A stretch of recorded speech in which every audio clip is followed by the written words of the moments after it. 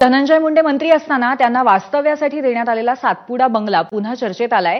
तर बंगल्यात वास्तव्यास येण्यासाठी छगन भुजबळ अजूनही प्रतीक्षेत असेल। धनंजय मुंडे यांनी 4.5 महिन्यांपूर्वी मंत्रिपदाचा राजीनामा दिलाय, पण अजूनही शासकीय निवासस्थान सोडलं नाहीये असं समोर आलंय।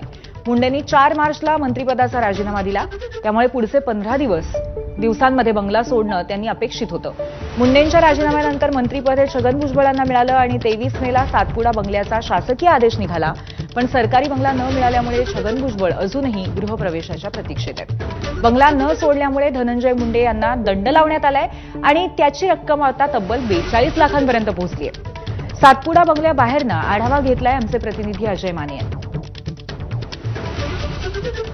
महाराष्ट्राच्या राजकारणात मंत्र्यांचे बंगले नेहमीच चर्चेत असतात।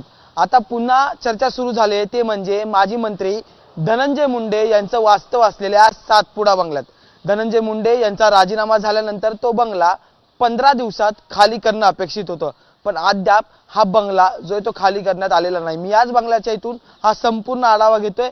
सातपुडा हे निवासस्थान म्हणजे या ठिकाणी मंत्रिपदाचा पदभार स्वीकारल्यानंतर धनंजय मुंडे या ठिकाणी वास्तव्यास आले, पण बीडमध्ये संतोष देशमुख हत्या प्रकरण झालं आणि त्याच्यानंतर वाल्मिक कराड हा मुख्य आरोपी ठरवल्यानंतर धनंजय मुंडे यांचा जो आहे तो राजीनाम्याची मागणी करण्यात आली आणि धनंजय मुंडे यांचा राजीनामा झाला।